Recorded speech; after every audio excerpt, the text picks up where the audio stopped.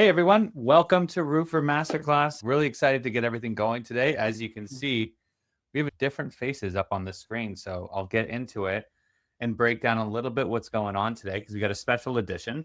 Today we're going to be talking about Roofr and automations. Me and Pete always talk about the importance of automations, how we use them, but it's always like we're kind of preaching to you guys. And Joel came up with a great idea. Like, why don't we bring in the actual people that are using these automations and these tools to talk about how they're working for their own business?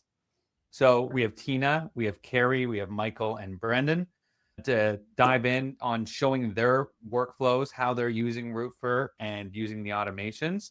Really pumped to get this all going. But before we do, thanks everybody for joining. And we're just going to go into a little bit of housekeeping.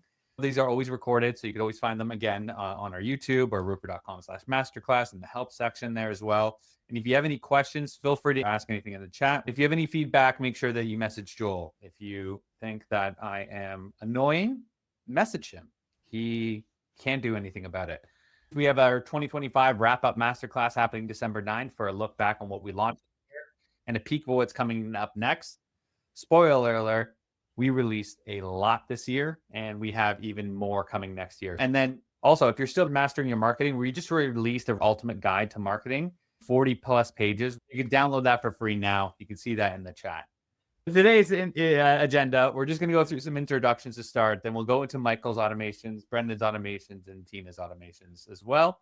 And then we'll touch on some final Q&A. So why don't we start off with Michael? Do you want to go off mute and tell us a little about you? Hey, thanks for having me. My name is Michael Lynn. I'm one of the co-owners of No Limit Roofing and Exteriors. We're based in Middle Tennessee, the Nashville area. Excited to be here. And I don't know why y'all picked me. You could have picked 100,000 other roofers, but we like to say we're the most okayest roofer around. So I love that line. That's good, man. We picked you because you're very helpful in the groups. That Roofer Unlocked, if you haven't joined that yet, we'll post that link and you'll be able to join. Just make sure you fill out the info and the questionnaire just so that I can make sure that you're a user. But it's a private group and people are always helping each other out. And Michael, you're one of the guys in there that are really helping out other people, giving suggestions, giving feedback as well, which is even more important for us as a team internally, because we kind of let you guys chat. We'll jump in where we need to. But the feedback is what really, really helps us take that next step each time. Secret for anybody who's watching this later, usually big features I'll release in that group before we release it to everybody else. So like job tags and stuff like that. So thanks so much, Michael, for joining. Brennan, I'll start off with you. Yeah, thank you guys. I appreciate it. It feels like a full circle moment right now being hosted on one of these master classes, seeing your face, Nick, and unfortunately not Pete's today, but you guys did help me make a decision on picking the right CRM. So I'll say. Yeah, my name is Brendan Suarez. I work with the Millennium Makeover. I'm one of the sales and pre-production managers here. We didn't use a CRM before. It was always pen and paper. My father-in-law is the owner. He's been incorporated for 20 years, and we kind of got to move with the wave on how things are going in the future for roofing. You can't just stay stuck in the past, especially with marketing. So it's great to be here and be able to showcase some of the features that I've been able to use with your guys' system. So thanks again. Perfect. Thanks so much for coming, man. Appreciate that. And Tina and Carrie, quick story. I met Carrie 2 years ago at RoofCon. I met you at the booth 2 years ago now, 2023. So this is another full circle moment for us. Yeah. You guys were just launching the CRM, I think, at the time. So it was a lot less features back then. Oh, yeah. Awesome. So tell us a little about you two. Well, I'll just say I'm one of the co-owners of John McClung Roofing in Asheville, North Carolina. And Tina's my right-hand lady and master of all things roofer for our company. And we were also pen and paper before we convinced John to go with something digital. And it was a huge transition from going from pen and paper. So I feel you, Brendan, but we do not regret it. And it's been great. Tina is going to be presenting most of our automation information. So I'll turn it over to you, Tina. Well, I'm Tina Hill. I've been with Carrie and the McClungs for double-digit years. Pretty much they let me do anything that I say I can and am willing to do. So now I'm the office manager / customer service manager, and I can dabble in just about everything. I really like getting to know Roofr, especially when you all roll out new features and I'm usually the first to play with them. That's I awesome. I just like experimenting with what y'all have. John adores you and is like so appreciative of you, because I talk to John quite often. He'll message me on Facebook or give me a call asking about something that's going on. It's like, Tina's done this and Tina's done that and she wants to do this. And I was just like, who is Tina at one point? And I found out that you're like his right man woman for Carrie and John. So welcome. I really appreciate you all coming here and excited to jump in on everything today. Michael, why don't you jump in and share a little bit about what you're using for Roofr on the automation side and how it helps you out on a day-to-day. Awesome. So we primarily use our automations for our customers more than we use it for ourselves. When you get a new lead, it automatically sends a notification to our sales team, whoever the salesman is, that they have a lead and that they need to follow up immediately, because speed to lead is a huge thing, especially in oversaturated markets. If the customer's waiting 30, 40 minutes, they're going to go right to the next person. When you get a new lead, it sends a text. This is how you set it up. New lead, and it just says, hey, you got a new lead. But it sends it to the salesman that it's assigned to. So that way they know, hey, get in contact with this customer immediately.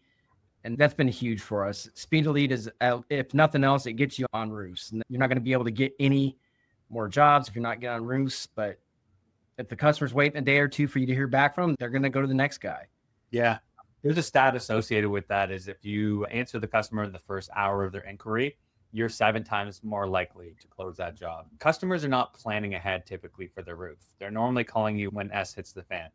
So it's leaking, there's a problem. So they're not just dialing you, they're dialing a lot of other roofers in that area, and they're just clicking roofer near me and hitting up everybody. So the first person that gets back is going to increase that likelihood for sure. 100%. And then some of the other things that we've noticed have helped us tremendously is a proposal sent, and we turn on texting through Roofr. So it automatically sends a text, because people are more likely to look at their phone than they are to check their email regularly. It'll send them a text message as well as an email like, hey, we just sent you an estimate. And then within the text message, there's a link so that way they can see it. If you're familiar with the CRM, you know that you're going to get a notification that the customer's seen their estimate and give you an idea to follow up. And with the text messaging, the open rate on a text message is around 90% versus around 40% on email. And then reply rates around 60% on text versus around 10 to 15% on email. So you're getting a lot more in there. I'm not saying get rid of email, but supporting that and adding it on like you're doing here is going to be huge. And that adding that link to that proposal is a big bonus factor, because they're just going to open it up right there because they're going to remember who it's from. My question for you, Michael, is how have you seen this affect your close rate since you've added text messaging into the fold? Our close rate's has gone up because they're seeing it a lot quicker. We're usually the first one in because people aren't going to check their email all the time. Most people are doing email. There's still some guys in the area that are still doing paper estimates. If I can get this sent out within business hours, because you can see like it's the automatic text is Monday through Friday from 8 to 4. If I can get that sent off at a decent hour, I know that we're going to be one of the first estimates in that customer's hands, and it'll help us out tremendously in order to close that job. That's awesome. Your Right. messaging, your presentation, all that stuff matters as well. But being the first person in is going to really kind of rocket your chances up. No, we have several follow-up reminders. Let's say the customer sees it. It's going to send a reminder to our sales team, whoever's assigned to it. Hey, they received their estimate approximately 3 days ago. Follow up.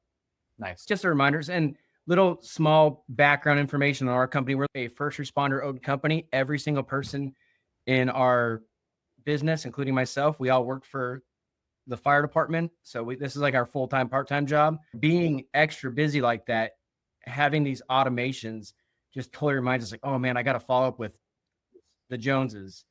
The automations just make life so much easier. That's awesome to see. So you do a lot of notifications to your team via text and email then, right? Yeah. Because it's like when someone gets something signed, like I have 2 business partners and they each have their own aspect, ordering materials, assigning labor, stuff like that. So when someone signs, it's going to say, hey, you need to assign labor. It's going to assign tasks to them. Very cool. Anything that you use for other customer communication automations in there? Oh, 100%. So this is my favorite one.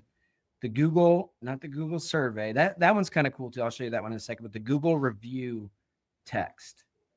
So at the minute the customer pays the invoice and it goes to fully paid, the job gets automatically moved to completed. And then when that happens, the customer gets a text and say, thank you for trusting us with your project. If you'd be willing to give us a Google review, it helps out.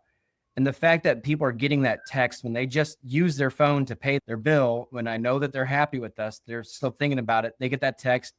The amount of reviews that we have gotten have gone up tremendously. We got, in one day, we got like 7, which is quite a bit. So that's my favorite thing. It's been such a huge blessing to have these automations set up in such a way that just make my life easier, because I'm the guy in charge of marketing, and it's just, the Google reviews are huge. Yeah, you know that so well, being in charge of marketing, but a lot of people don't realize how big a review is. Like, one review is going to garner you 5 more people. Oh, that you- yeah. So being able to open that up and getting more reviews is critical. It also helps out with your LSA, your visibility, your SEO, and everything else around it. So making your company more visible with those high reviews, it's not like in the past. Now it like actually affects your rankings. Yep. And I even started a Google survey log that will go into the Google Sheets page, where when we lose an estimate, it'll say, hey, we're trying to always improve. Like, what can we do to be better? Why did we not get your job? And it's anonymous to the customer. We've only had like 5 or 6 people do it, but it's good insight as to why we didn't get a job. Maybe we were too expensive. Maybe they didn't like what we were offering, but it's a good quality assurance program that we have going on. That's really smart. I've never even thought about that, because yeah, having those closed loss reasons, sometimes you just have to put in other, because you don't know. They never responded back. But knowing what you're going through and what the reason was is going to help you make it better. I'm sure that it's led to a lot of good discoveries for you guys as well. Yep. Some of the other things that we set up that we like is an email reminder, like, hey, we're still here. Like, we did your roof 3 months ago. Tell your friends about us. We give a $250 referral bonus. If you refer us to somebody and we do their roof, we'll give you $250 gift card to wherever you want. But it's just, let's see, how often I have this? I have this set up 20 weeks after the job gets completed. So what's that, about 5 months, 4 or 5 months? Yeah.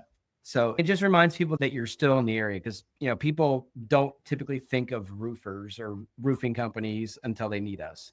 But maybe their neighbors do. Maybe their cousins need somebody. Just reminds them that we're there.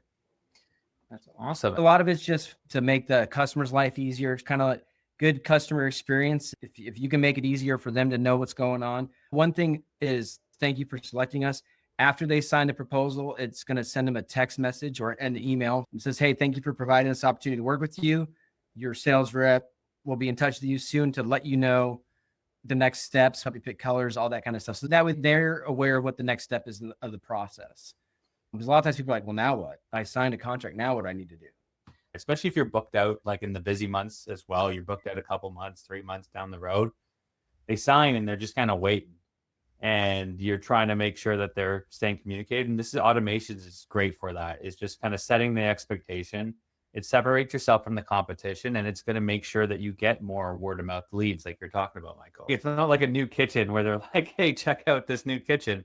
A roof is not a sexy purchase. They're not going to also remember how good you guys were on the roof, because they're not technical to understand that. They're not up there. What they're going to remember and what they're going to refer you on is how good you were with them, how easy this process was, how transparent and educational you were, and how your communication is. So having these steps out throughout all that is going to be a big, big difference. Today, we're all selling the same product. Mm-hmm. So if I'm putting GAF shingles on a house, the next guy's going to put the same shingles, same underlayment. We're all going to do the same thing.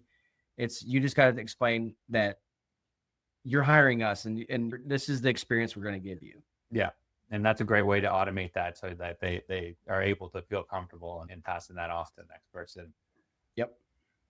Awesome. Thanks so much, Michael. Really appreciate that. We can move on to Brendan. You want to share your screen and show us a little about what you've been building out as well? Be excited to see all this. Yeah, for sure. All right, cool. Where do I start? I'll kind of start at the beginning. Actually, maybe not the beginning, because those are going to be some of the templates that you guys have. But those are very helpful, just simple things, moving jobs over to other job stages for you without even thinking about it, because it will get stuck there if you don't have an automation. So that's always good to have set up. I have so many automations set up for both the customer and, production teams or sales reps. The cool thing is with tasks, I have a couple of these automations set up with tasks that when they do go to certain job stages, it helps remind, your employee, sales rep, production rep, not to forget something when you have the blocking on there too. I have a couple here that I do have the blocking. Yeah, anybody who's listening or watching and doesn't understand the blocking aspect, it's a new feature that we released not too long ago. But being able to block that stage movement until the task is completed. So there's some stuff that you want to make done for each one of your jobs. And this way you can make sure that it's being done, being checked off. And it gives people like Brendan a little bit more assurance that the job is going the way that they want it to be done as well. Yeah, that's the biggest thing is micromanaging, but at the same time, making it feel like it's not micromanaging, Yeah. because there are so many steps, pre-production, sales, and production, that it is very easy to forget something. And this is a field you don't want to have something missed out. The most automations I do have, and I did see Michael had a couple too, is probably the old drip campaigns, meaning anybody that hasn't signed, just keeping our name in their heads. That's the biggest thing with any marketing. Even nowadays, you make a doctor's appointment, you're probably going to get 5 or 6 different text messages and 3 emails from the moment you make the appointment to a week before your appointment, 3 days, 2 days, and 1 day. So when I was sitting here going through and setting up a lot of these automations, I almost wrote down on a piece of paper every job stage and what needs to be communicated between our team or our team to our customer. Same thing with the old drip. You think, how many times do you want to keep contacting these people till they're annoyed or may contact us back? So old drip will be 4 estimates and proposals that were sent out. Maybe they didn't respond. Maybe our sales rep didn't follow up properly, or maybe they did and they just haven't contacted us back. Again, just a big way to keep Millennium Makeover in your head, especially in a saturated market in South Florida. We have about 5,000 roofers in a 50-mile radius. Yeah, it's a big deal there. It's when you're looking at it from a saturation point, that brand recognition is everything.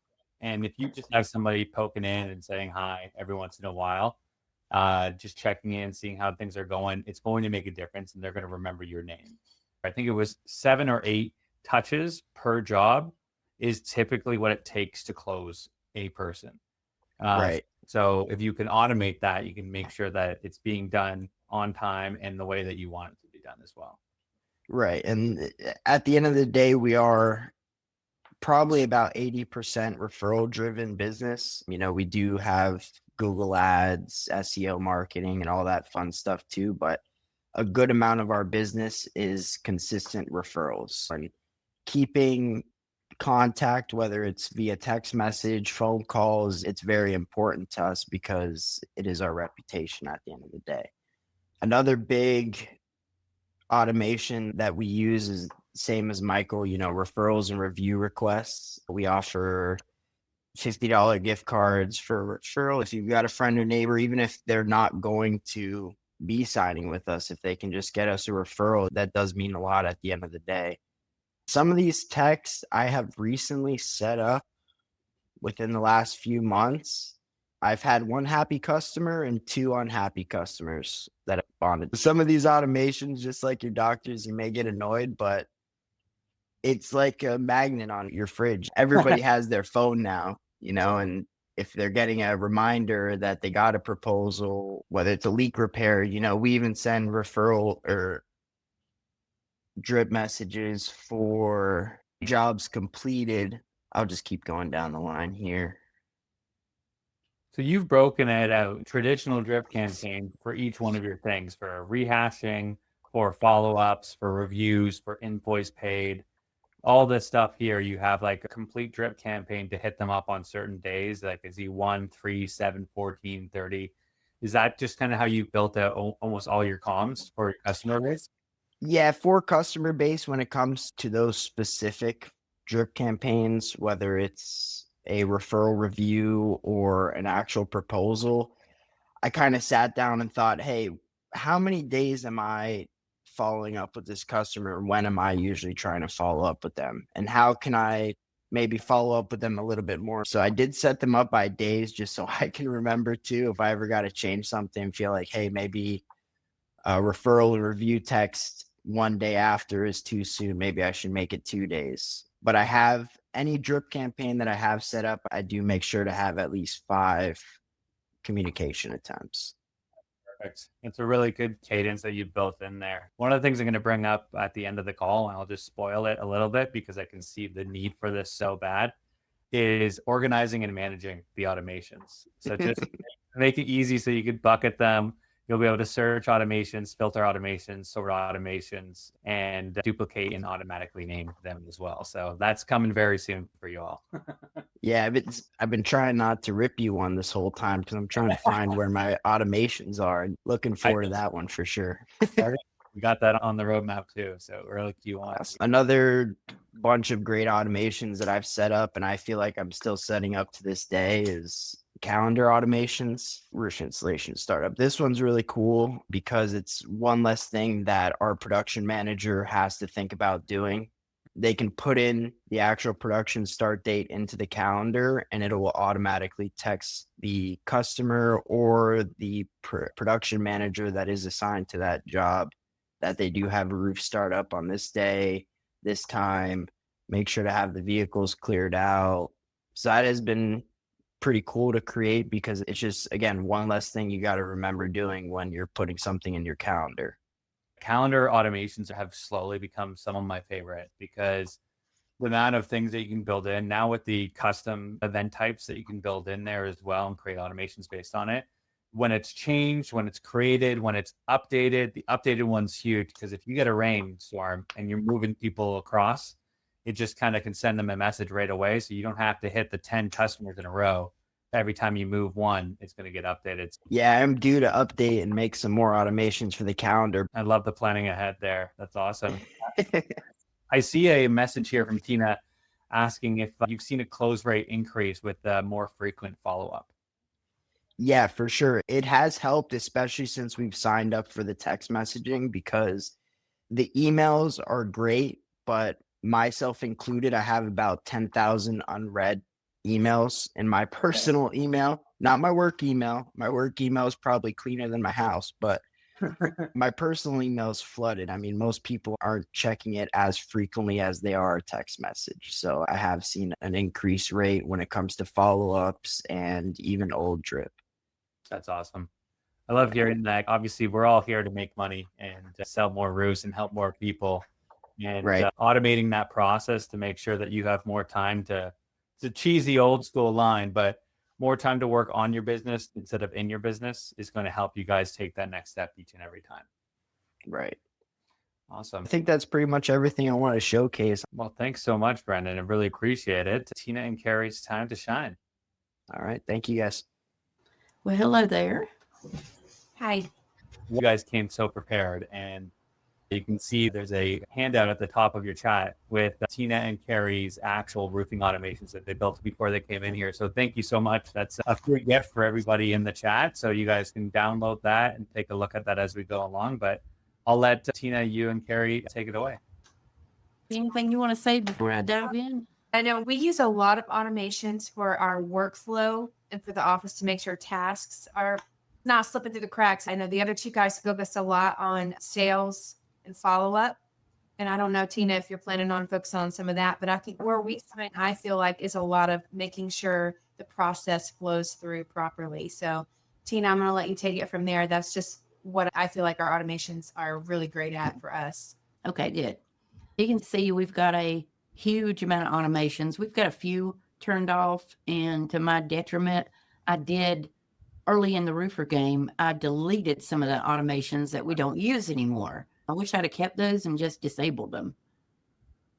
We have everything from an email that goes out to leads to after it's moved to a completed job, we have follow-up tasks that get posted for various people in our office to request a review. to send a thank you card, to send a warranty, all that stuff. So instead of going through this little list, I'm going to actually show you a property that I do not own. I just made this up, and it's already in the signed, needs to be categorized stage. We have signed proposals go to that because we have 3 different workflows. The ones I'll share with y'all today is we do roof repairs, and that's a whole different team and a whole different process. And we also do roof replacements, which is our bread and butter. But if we didn't do repairs, there's a lot of those roof replacements we wouldn't get.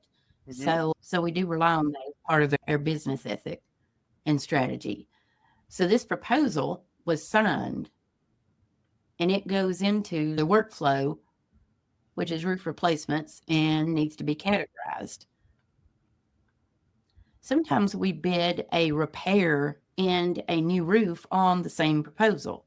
And when we do that, the customer has the option of selecting which one they want to do. So our category or our workflow is not always accurate. We have to give it a workflow, but the workflow is not something that will automatically change based on what the customer selects. So we like to have everything go in one thing that we can manually check, and we go in there and we see that that's a roof proposal. So we're going to change it to the pre-production stage.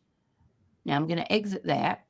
Well, first of all, I'm going to show you there are no tasks right now. So if I exit that and then go back into that job on pre-production,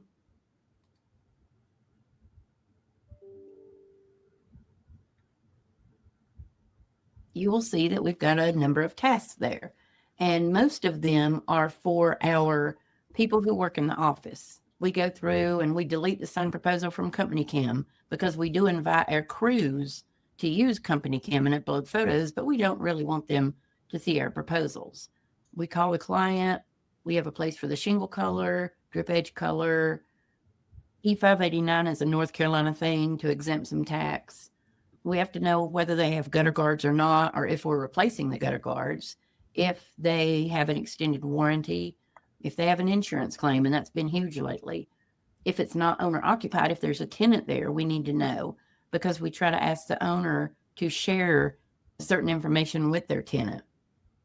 Are we going to reinstall the satellite dish or just dispose of it? Do they have an outdoor power outlet, or do we need to be prepared to bring a generator or an extension cord? Any extra notes that the salesman or the customers put on their proposal that we need to be concerned about?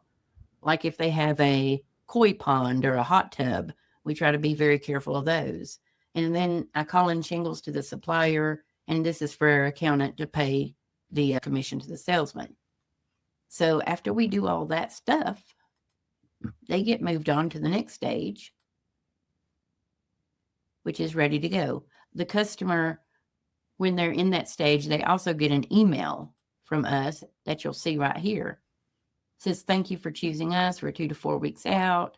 We want you to feel good about things. Here's what we need from you: shingle color, additional paperwork, and gutter guard information.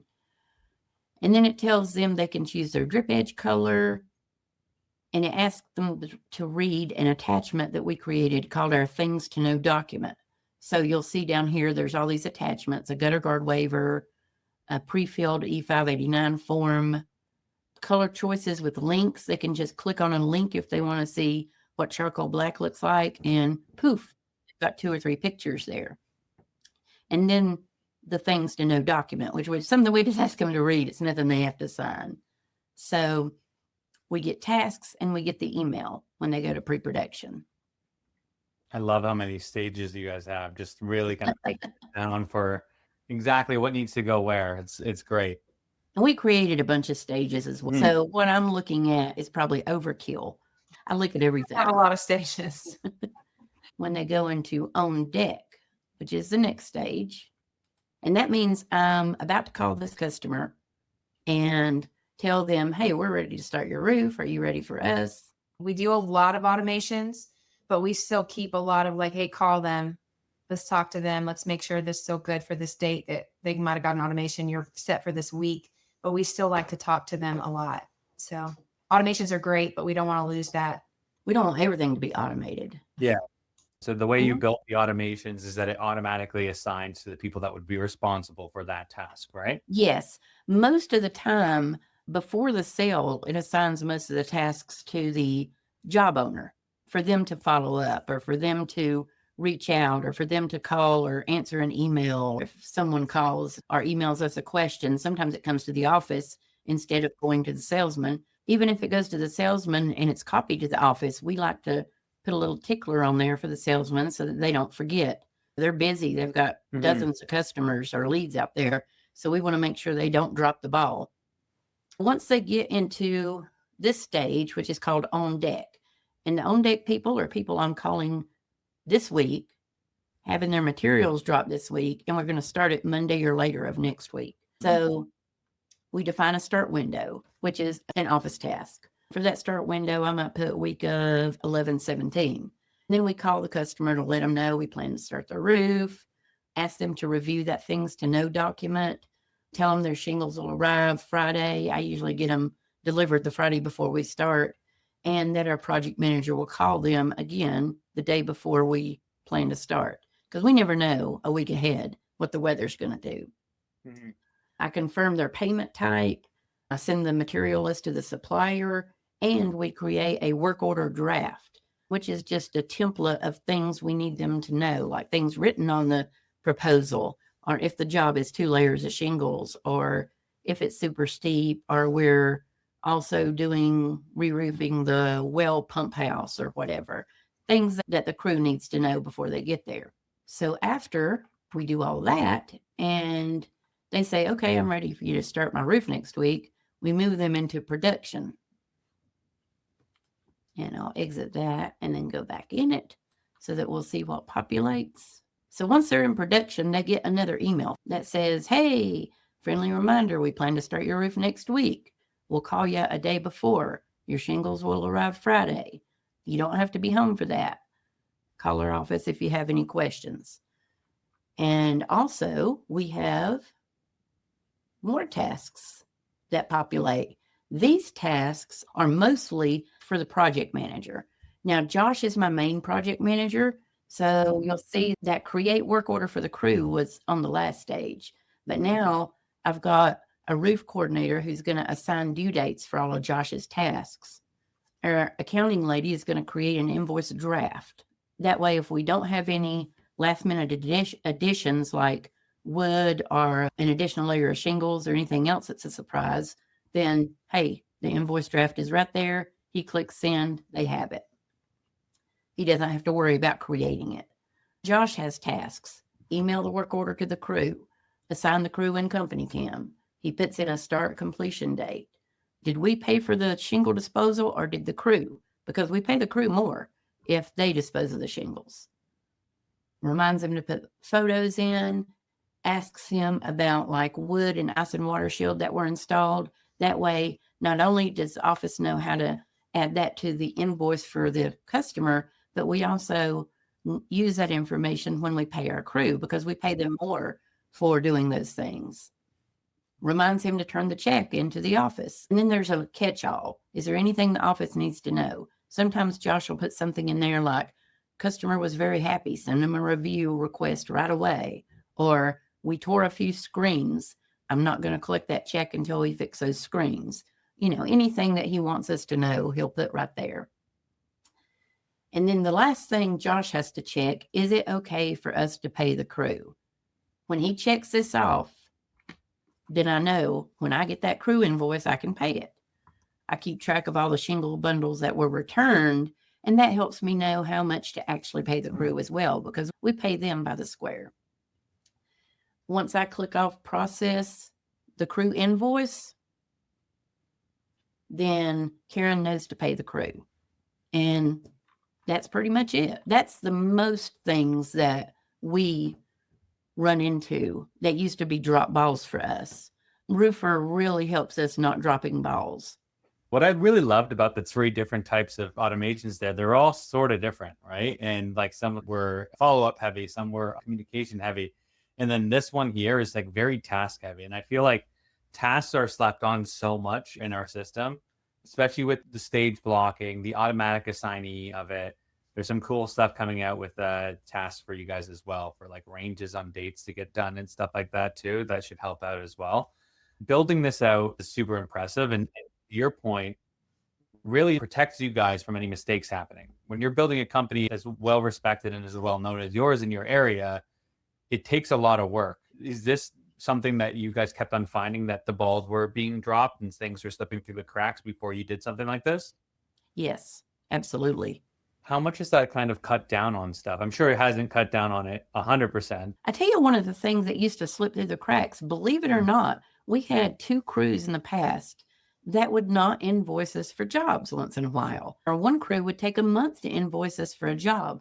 So when I have this task that says process crew invoice and submit for payment, I set myself a due date for that to be a week after we do the roof. If I haven't gotten the crew's invoice, I nag them. I remind them. Yeah. And then a week later, I follow up again.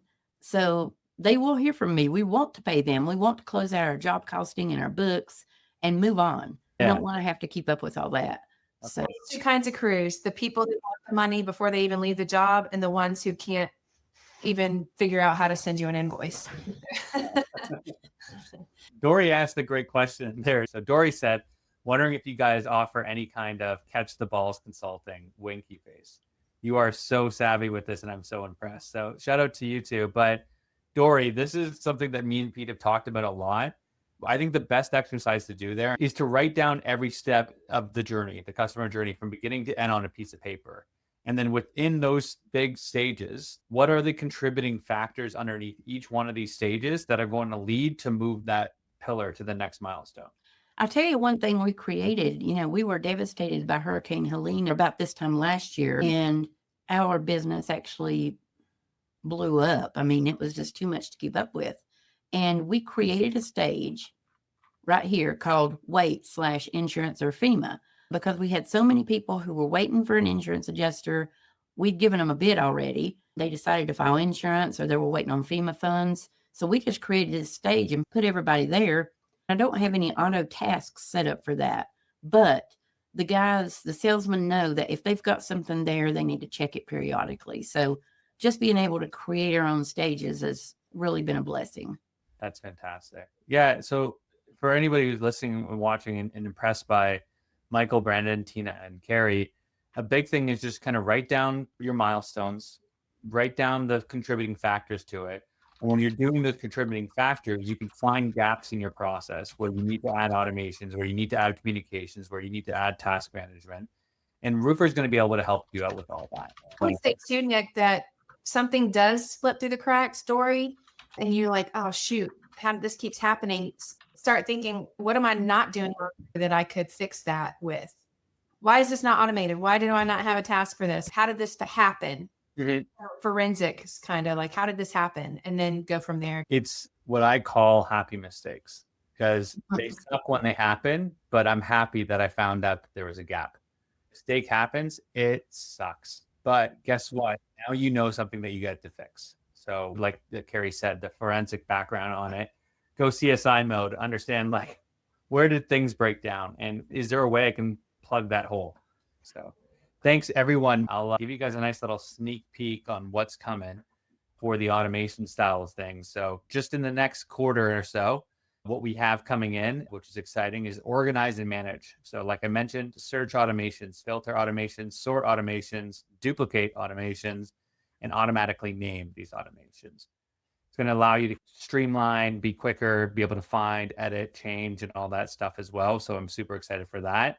And one of the things, like, I know when you're building automations in us that sometimes you can duplicate that and then just change one factor, maybe the delay time, maybe the amount of days in there or hours in there and stuff like that. But the body of that automation is good.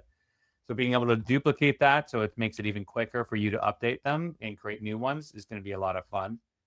The other thing is new triggers are coming out. We know that we're an if, then, and, or type of automation. So you can kind of build it on around everything. We keep on adding new things, like we've added in invoice statuses, PDF signer, which is our DocuLine sign type system, statuses and job tags, removing and adding job tags in there automatically. So the new triggers, we're going to be adding additional time delays. So minutes, hours, and years now. Right now we have hours and days. So we're going to be adding in minutes, hours, and years. So that's going to allow you to have longer automations, quicker automations, more triggers along that way as well. We'll have triggers for job owners, triggers for job assignees, triggers for the job last updated. So if the job hasn't been updated in a certain time, we can set automations to your team, to your customer, to whatever, to kind of give you that stuff as well. You got to add new actions. So some of the actions that we're going to be adding is additional time delays, which minutes, hours, and years as well. Adding relative due dates to tasks, like I was mentioning there, Tina and Carrie, where you can have due in 1 day after creation, something like that, so that you can have those due dates set as well as those tasks that are automated. We'll be able to change job owners through automation, add and remove job assignees through the motions as well, change workflow and stage. So if you have something in your retail stage, but there's a certain thing that will move it to insurance, we want to be able to automate that and move it into different workflows for you automatically. And then send an email to contacts and team and send a text to contacts and team. So right now, each of you have a really good ones that message your team directly. Like Michael, you have that going directly to your team to let them know, like, hey, follow up on this. Well, we can send a similar text or different messaging to the email and the team at the same time to create multiple ones. So a lot of cool stuff coming out, and in the future, even more. That's just what's coming soon. So beware, it's going to be fast and furious. We'll have some more updates as we go along. But I just want to say I appreciate you guys so much that you guys were able to join our first Roofr Takeover. So I'm very happy that you guys were all there. From the bottom of my heart, thank you so much. I got to get in the next 25 seconds to get a sock winner out. So it looks like Jeremy, welcome. You are now one of the few Roofr sock owners. So welcome to the club.